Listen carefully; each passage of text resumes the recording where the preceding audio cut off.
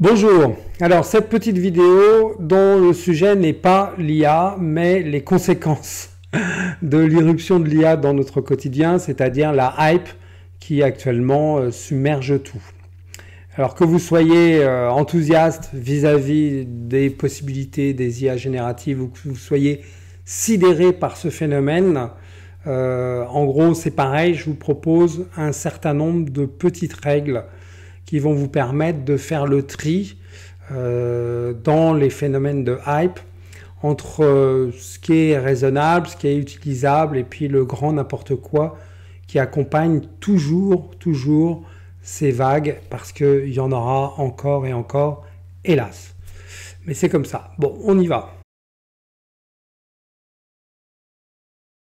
La première règle, c'est de garder la tête froide et c'est d'autant plus nécessaire que la vague de hype est importante, submerge tout, on s'aperçoit que plus personne n'est capable de raisonner, ils sont tous subjugués par ce qui arrive.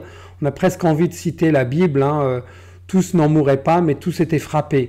Et c'est terrible de voir que même les gens raisonnables, même les gens intelligents ne sont plus capables de raisonner quand il y a un effet hypnotique de l'effet des mots. L'effet des mots provoque cette espèce d'hypnotisme et absence de raisonnement, à tel point que même quand il y a des experts, des vrais experts reconnus, comme Luc Julia par exemple, qui s'expriment sur la question, eh bien les plus enthousiastes vont dire « ouais, mais non, mais tu critiques, c'est parce que tu n'as rien compris. » Ah ouais, c'est-à-dire que Luc Julia par exemple, lui, il n'a rien compris, mais toi, le petit expert de base, là, l'expert Twitter, là par contre, toi, tu as compris. Bon, enfin bref, vous avez saisi mon argument. Il faut être capable de garder la tête froide pour essayer d'analyser rationnellement, si c'est encore possible, dans ce monde, dans cette époque, ce qui nous arrive. Rationnellement, ça veut dire faire la part des choses avec les données à notre disposition. Évidemment, les données à notre disposition, elles ne sont pas complètement objectives. Il y a des biais, c'est inévitable, mais tant pis, on a que ça à notre disposition, donc on va l'utiliser pour essayer de prendre du recul. Ça, prendre du recul, c'est toujours utile.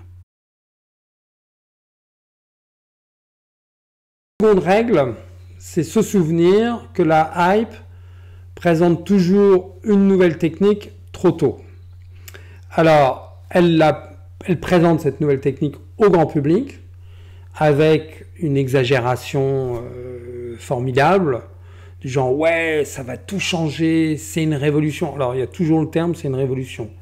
C'est une bêtise incroyable, mais c'est pas grave, c'est comme ça. C'est une révolution et ça va tout changer pour tout le monde. Ah ouais, t'es sûr? Bon, je reviens à mon premier point. La hype présente les techniques trop tôt, avant qu'elles aient atteint un niveau de maturité suffisant pour qu'on puisse commencer à tabler dessus. Il y a plein d'exemples.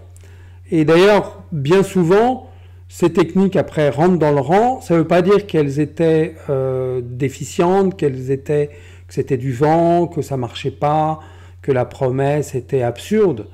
Bien souvent, c'est simplement parce que c'était trop tôt. Je vous donne un exemple relativement récent avec tout ce qui était autour des nanotechnologies. Je ne sais pas si vous vous souvenez, mais en 2005, c'était la révolution du moment. Ouais, ça va tout changer, c'est extraordinaire, etc. Et puis, maintenant qu'on a un peu de recul, on s'aperçoit qu'il est difficile de produire ces nanoparticules, déjà au niveau nanoparticules, en masse, faire de la production de masse.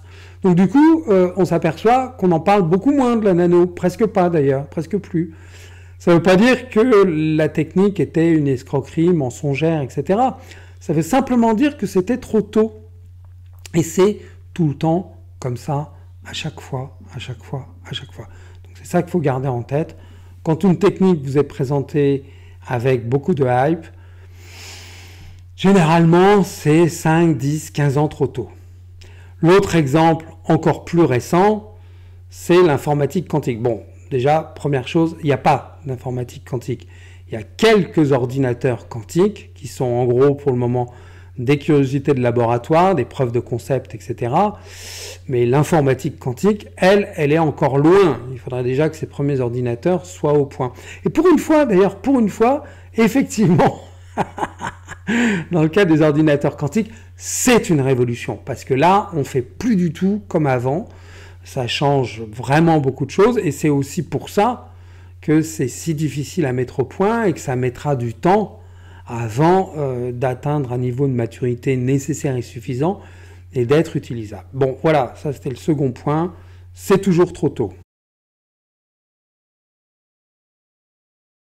La troisième règle, c'est se souvenir que non seulement les évolutions techniques prennent du temps avant d'être au point, utilisables, donnent leur plein potentiel. Bon, je répète ça tout le temps, alors ça va devenir ma marque de fabrique. Ah ouais, Lefebvre, il n'arrête pas de dire qu'il faut 10, 20, 30 ans, il est fou. Bon, même si les données données historiques, on va y arriver, démontrent qu'effectivement, il faut du temps. J'y peux rien, c'est comme ça, c'est incompressible. Mais en plus de ça, il faut plusieurs phases. Il y a plusieurs vagues d'évolution avant qu'une technique trouve sa phase finale, sa phase utilisable. Et le plus souvent, d'ailleurs, la phase finale, elle est moins ambitieuse que les promesses du début. Parce que, évidemment, on se frotte au monde réel et donc on est obligé d'en rabattre un peu. Alors, il y a plein d'exemples. Il y a plein d'exemples. La machine à vapeur, par exemple, tant que James Watt s'est pas penché dessus, les rendements n'étaient pas terribles. Donc il y a eu une première phase avec Denis Papin, une deuxième phase avec un autre mécanicien anglais dont là le nom m'échappe, mais j'en parle dans mon livre Le fait technique. Puis ensuite on fait une troisième phase avec James Watt, puis ensuite d'autres phases supplémentaires pour donner la machine à vapeur qu'on connaît aujourd'hui, qu'on n'utilise d'ailleurs plus tellement, sauf qu'on utilise toujours des turbines à vapeur, qui là est une phase bien éloignée de les pompes à feu initiales. Mais il y a, je cite cet exemple-là, mais il y en a plein. Par exemple, aujourd'hui, on s'intéresse beaucoup aux batteries. On devrait parler d'accumulateurs électriques. Mais bon, c'est pas grave, c'est le mot batterie qui s'est popularisé. Elles n'arrêtent pas d'évoluer. Elles n'arrêtent pas de passer à des phases suivantes. Et d'ailleurs, on pense que bientôt, on va pouvoir commercialiser largement les batteries solides. Là aussi, ce sont des phases supplémentaires avant que la technique donne son plein potentiel. Donc il faut se souvenir de ça, que non seulement il faut du temps, mais en plus il faut plusieurs phases avant d'arriver à la forme finale. Et enfin, il y a une quatrième règle qui est la grande mortalité des nouvelles techniques. Alors, on va se contenter de 4 règles. En fait, il y en a plein d'autres parce que dès qu'on parle de l'évolution technique, qui est mon grand dada, j'adore ce sujet, eh bien, on s'aperçoit que des règles, il y en a beaucoup, elles sont importantes et elles sont toutes déterminantes sur la façon dont ça se passe. Revenons sur le fait qu'il y a une assez grande mortalité, c'est-à-dire tout n'arrive pas à maturité. Je vais vous donner un exemple. Des exemples, il y en a plein, mais à chaque fois, on va choisir quelques exemples. Dans les années 80, dans l'industrie automobile, on était persuadé que l'avenir, c'était l'utilisation de pièces en céramique, ou même de moteurs complets en céramique à la place de l'acier, de la fonte, etc. Alors la céramique présentait plein d'avantages qui justifiaient cette promesse, cette perspective, mais finalement, ça n'a pas abouti parce que la céramique avait un certain nombre d'inconvénients en termes d'usinage et entre-temps, comme d'habitude, l'acier a progressé et donc finalement, on est resté là-dessus. Et aujourd'hui, on n'en parle plus parce que en fait, c'est une technique qui n'a pas tenu ses promesses et qui a disparu. Plus près de nous, nous avons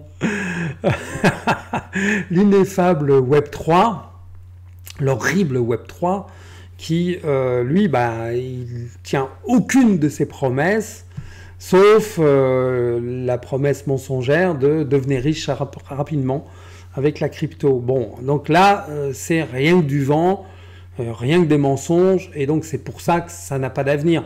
Ça finira par apparaître tel quel, même auprès des gogos et des plus enthousiastes, parce que inévitablement c'est comme ça. La règle finale qu'il faudrait retenir de toute cette discussion autour de l'évolution technique, c'est que ça se passe jamais comme prévu. Au début, on vous dit wow, ça c'est la nouvelle technique, vous allez voir, ça va tout renverser, c'est extraordinaire, etc. Avec un certain nombre de promesses, avec un certain nombre de détails, et bah, ça se passe pas comme ça. Ça se passe pas comme prévu. Et c'est tout le temps comme ça.